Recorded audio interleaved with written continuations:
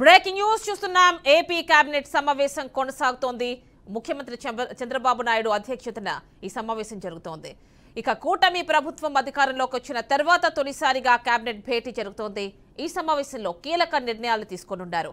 4,000 కోట్ల రూపాయలకు పింఛన్లు అంటే 4,000 రూపాయలకు పింఛన్ల పెంపుకు కేబినెట్ ఆమోదం తెలుపుతుంది. దీంతో పాటు ల్యాండ్ టైటిలింగ్ యాక్ట్ను రద్దు చేస్తూ తీసుకున్న నిర్ణయాన్ని కేబినెట్ ఆమోదించనుంది.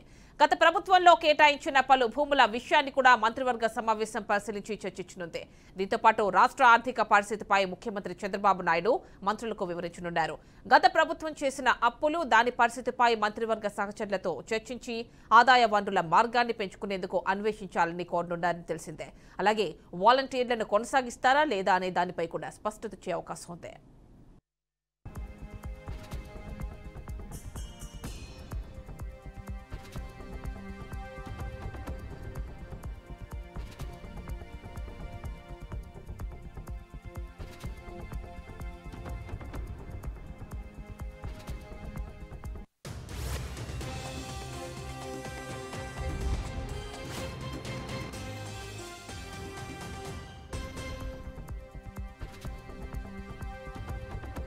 పాటు 8 శాఖలకు సంబంధించిన శ్వేతపత్రాలను విడుదల చేసేందుకు అవసరమైన మంత్రుల కమిటీని నియమించనున్నట్లు సమాచారం.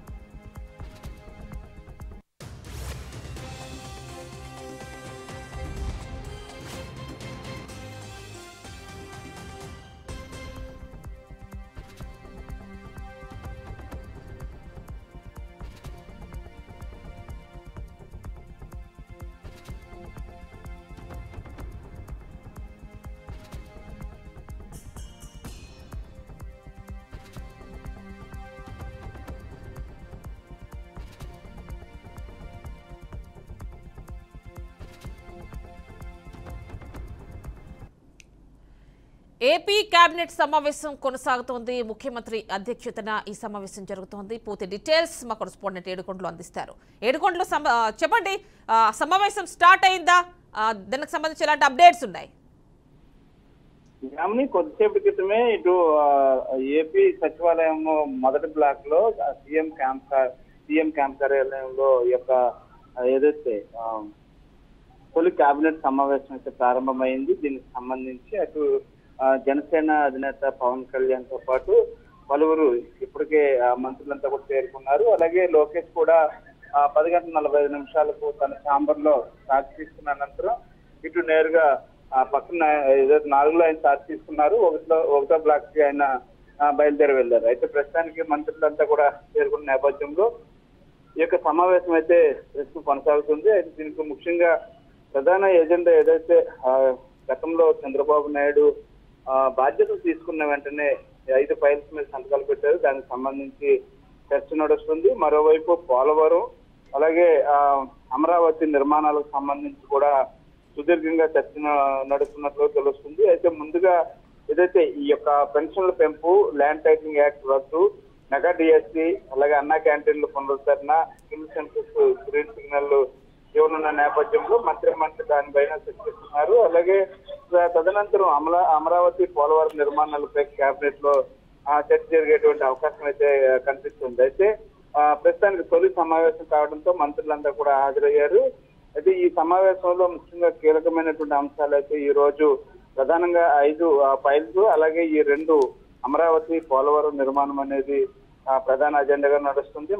ఏదైతే శాఖల వారిగా కూడా శ్వేతపత్రాలు విడుదల చేయాలి అని చెప్పేసి ఇప్పటికే తీర్మానం చేసుకున్నట్టు తెలుస్తుంది. గత ప్రభుత్వంలో ఒక్క శ్వేతపత్రం కూడా విడుదల చేయలేదు. అంతకుముందు చంద్రబాబు నాయుడు శ్వేతపత్రాలు విడుదల చేసినప్పుడు కూడా వైసీపీ ప్రభుత్వం మాత్రం ఏ శాఖ మీద కూడా శ్వేతపత్రాలు విడుదల చేయలేదు. కాబట్టి ఈ 8 శాఖలకు సంబంధించిన శ్వేతపత్రాలను విడుదల చేసేలాగా కూటమికి సంబంధించినటువంటి ఈ యొక్క సమావేశంలో ఈ యొక్క ముఖ్య అజెండాగా వచ్చినట్టు కూడా తెలుస్తుంది. అయితే మరోవైపు 24 తర్వాత తొలి కేబినెట్ తర్వాత రాష్ట్ర వ్యాప్తంగా కూడా ఉద్యోగుల బదిలీల పైన కూడా కేబినెట్ అయితే నిర్ణయం తీసుకున్నట్టుగా కూడా తెలుస్తుంది. దానికి సంబంధించి ఇప్పుడు దీనికి ఆమోద ముద్ర అవకాశం అయితే కనిపిస్తుంది. అయితే కేబినెట్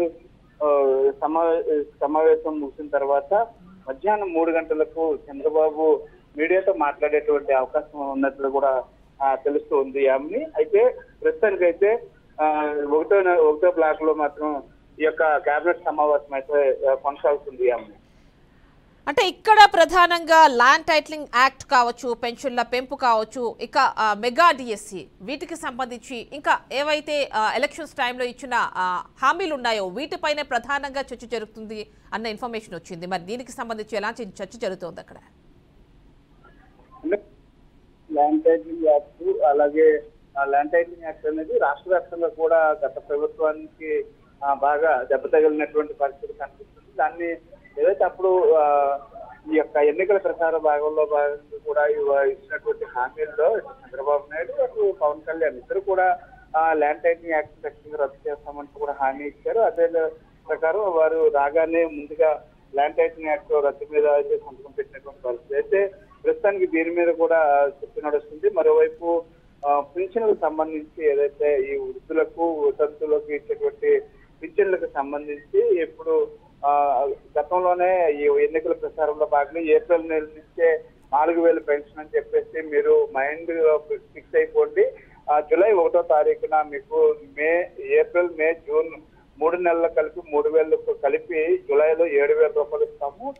తదుపరి ఆగస్టు నుంచి ప్రతి నెల 4,000 రూపాయలు వస్తుందంటూ కూడా ఆయన హామీ ఇచ్చారు. అదే విధంగా ఆయన ఈ యొక్క ఫైల్ మీద సంతకం పెట్టడం, దానికి సంబంధించి ఇప్పటికే ఎట్టి పరిస్థితుల్లో 1వ తారీఖున పెన్షన్లు అనేది పంపిణీ జరగాలంటూ కూడా నిన్న లోకేష్ కూడా ఆదేశాలు జారీ చేసినటువంటి పరిస్థితి కనిపిస్తుంది. మొత్తం ఈ యొక్క కేబినెట్ సమావేశంలో ముఖ్యంగా 5 ఫైల్స్ సంబంధించి తక్షణమే అవన్నీ కూడా అమల్లోకి వచ్చేలాగైతే మాత్రం ప్రత్యేక చర్యలు తీసుకునేలాగా ఈ రోజు ఆమోద ముద్ర వేస్తున్నారు. పెన్షన్ల పెంపు, land titling act, DSC, mega DSC సంబంధించి 16,347 పోస్టులను భర్తీ చేసేందుకు ఇప్పుడైతే నోటిఫికేషన్ కూడా కొద్ది రోజుల్లో జారీ చేయనున్నారు. దీనికి సంబంధించి దాని మీద కూడా ఈ రోజు ఈ యొక్క గ్రీన్ సిగ్నల్ అయితే వచ్చేటువంటి అవకాశం ఉంది. మరోవైపు గతంలో టీడీపీ ప్రభుత్వం ప్రతిష్టాత్మక చేపట్టినటువంటి ఈ అన్నా క్యాంటీన్లు ఎవరైతే కొంతమంది ఒంటరిగా ఉండేవారు, వృద్ధులు, అలాగే కొంతమంది పేదవాళ్ళు ఉంటారో వారికి 3 పూట్ల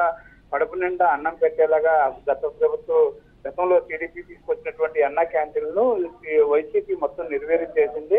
అయితే ఇప్పుడు ఆ అన్నా క్యాంటీన్లు ఎక్కడెక్కడ ఉన్నాయో వాటినన్నింటినీ కూడా తిరిగి తీసుకుని అక్కడ ఉండేటువంటి సచివాలయాలకు కేటాయించినటువంటి అన్నా క్యాంటీన్లన్నీ కూడా తిరిగి ఆ అన్నా క్యాంటీన్లుగా పునరుద్ధరించేలాగా చర్యలు చేపడుతున్నారు. అలాగే ముఖ్యంగా అర్బన్ సిటీల్లో మరికొన్ని ఈ యొక్క అన్నా క్యాంటీన్లు తక్షణమే నిర్మించేలాగా కూడా ఇప్పటికే టెండర్లు కూడా పిలుస్తున్నటువంటి పరిస్థితి కనిపిస్తుంది. వచ్చే నెల 21 కల్లా ఈ యొక్క అన్నా క్యాంటీన్లు ప్రారంభం అవ్వాలని చెప్పేసి గతంలో కూడా ఈ యొక్క ఆదేశాలు జారీ చేశారు. ఆ కోణంలోనే ఇప్పుడు ఈ యొక్క అన్నా క్యాంటీన్ల మీద కూడా చాలా దృష్టి పెట్టినటువంటి పరిస్థితి. ఖచ్చితంగా 3 పూట్ల 3,500కి 15 రూపాయలకి కడుపు నిండా పేదవాళ్లకు అన్నం పెట్టేలాగా కూడా ఈ యొక్క పథకాన్ని అయితే తక్షణమే ప్రారంభించాలనేటువంటి యోచనలో కూడా ఈ మంత్రి మండలి ఉంది. దానికి సంబంధించి ఈ రోజు ఆమోద ముద్ర వేయనున్నారు. అంటే ఏడుకొండలు అంటే ఇప్పటి వరకు ఆయా శాఖలకు సంబంధించి 8 ఆపై ఉన్నటువంటి ఆ శాఖలకి సంబంధించి వాటి పరిస్థితి ఏంటి, వాటి స్థితిగతులు ఏంటి తెలుసుకోవడానికి మంత్రివర్గ ఉపసంఘం కూడా ఏర్పాటు చేయనున్నట్టుగా తెలుస్తోంది. దానికి సంబంధించి ఎలాంటి ఇన్ఫర్మేషన్ ఉంది? యామిని, ఈ యొక్క ఏదైతే ఇప్పుడు వీరు ఫైళ్ళు ఏవైతే సంతకాలు పెట్టి వాటిని తక్షణమే అమల్లోకి తీసుకురావాలనుకుంటున్నారో దీనికి సంబంధించి సాధ్య అసాధ్యాలకు సంబంధించి మంత్రి ఏదైతే ఒక సంఘానికి సంబంధించి ఒక కమిటీని కూడా వేయాలని చెప్పేసి ఇప్పటికే నిర్ణయించింది. ఈ కమిటీకి బాధ్యతలు అయితే అప్పగిస్తారు. ఈ కమిటీ వేసిన తర్వాత కమిటీ ఆలోచనల ప్రభుత్వం అయితే తీసుకుంటుంది. కమిటీయే పూర్తి బాధ్యత, దాని మీద పూర్తి బాధ్యత ఉండాల్సినటువంటి పరిస్థితి. అంటే దేనికి సంబంధించినటువంటి శాఖకి సంబంధించి దాని శాఖలో ఇప్పుడు ఏదైతే కేటాయించారో వారికి సంబంధించినటువంటి ఈ యొక్క పనులన్నీ కూడా వారే దగ్గరుండి స్వయంగా పర్యవేక్షించాలి. అలాగే ప్రతి విషయాన్ని కూడా మంత్రి దృష్టికి తీసుకెళ్లాలి. అక్కడ ఏం జరుగుతుంది అనేది ఎప్పటికప్పుడు మంత్రి దృష్టికి తీసుకెళ్లాలి. ఎక్కడ సాధ్య అసాధ్యాల మీద కూడా పూర్తి కమిటీకే పూర్తి బాధ్యతలు ఇస్తామంటూ కూడా చెప్పినటువంటి పరిస్థితి. దీనికి సంబంధించి ఇప్పుడు అనుభవజ్ఞులైనటువంటి వారిని కమిటీలో నియమించేటువంటి అవకాశం అయితే కనిపిస్తూ ఉంది. అంటే ఏడుకొండలు ప్రస్తుతం మనం చూస్తున్న వైసీపీ కార్యాలయాలకి సంబంధించి నోటీసులు వెళ్తున్నాయి, మొత్తం రాష్ట్ర స్థాయిలో జరుగుతోంది. సో మరి దానికి సంబంధించి ఏమైనా చర్చించే అవకాశం ఉందా?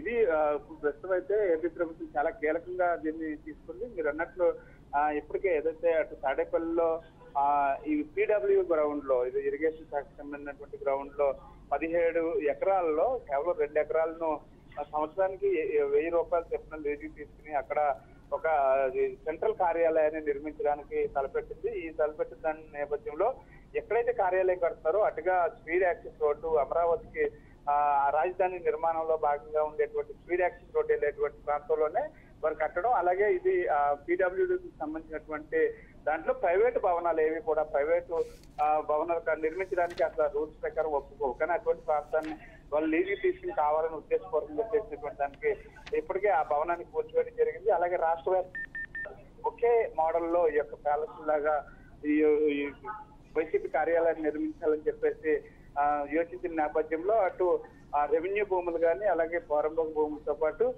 ముఖ్యంగా దేవాదాయ ధర్మదాయ శాఖ భూములకు సంబంధించి కొన్ని చోట్ల, అలాగే అటవీ శాఖకు సంబంధించినటువంటి భూములు కొన్ని చోట్ల, ఈ విధంగా అన్ని చోట్ల కూడా ఎటువంటి పర్మిషన్లు ఎవరి దగ్గర తీసుకోకుండా భవనాలను నిర్మిస్తున్నారు. ఇప్పటికే అన్నిటికీ కూడా నోటీసులు అయితే వెళ్ళినాయి. వారందరికీ కూడా వారం రోజులు, కొంతమందికి 2 రోజులు 3 రోజులు కూడా కొన్ని చోట్ల అవకాశం ఇచ్చినటువంటి పరిస్థితి. ఈ లోపలనే ఆ యొక్క భవనాలను అక్కడ తొలగించాలంటూ కూడా ఆదేశాలు జారీ చేశారు. అయితే ఇప్పుడు ప్రత్యేకంగా దీనిపైన రాష్ట్ర వ్యాప్తంగా కూడా దీన్ని బేస్ చేసుకుని వైసీపీ శ్రేణులు మరింత ముందుకు వచ్చేటువంటి అవకాశం ఉంది కాబట్టి, ప్రజల్లోకి వచ్చేటువంటి అవకాశం ఉంది కాబట్టి దానికి ఏ విధంగా చెక్ పెట్టాలనే దాని మీద కూడా ఈ మంత్రి మండలిలో చర్చకు వచ్చేటువంటి అవకాశం అయితే కనిపిస్తుంది. మొత్తం రాష్ట్ర వ్యాప్తంగా కూడా వైసీపీ శ్రేణులు నిర్మించినటువంటి యొక్క భవనాలకు సంబంధించి భవనాలను ఎక్కడికక్కడ కూల్చివేసేందుకు అండి పర్మిషన్ ఎక్కడైతే లేవో అక్కడ ఆ శాఖకు సంబంధించినటువంటి అధికారులు నోటీసులు ఇచ్చి దాన్ని తొలగించాలంటూ కూడా ఆదేశాలు జారీ చేసేలాగా ఇప్పటికే నిర్ణయం తీసుకున్నారు. దీనికి సంబంధించి కేబినెట్ లో కూడా చర్చకు వచ్చేటువంటి అవకాశం. Right Yedukondalu, thank you.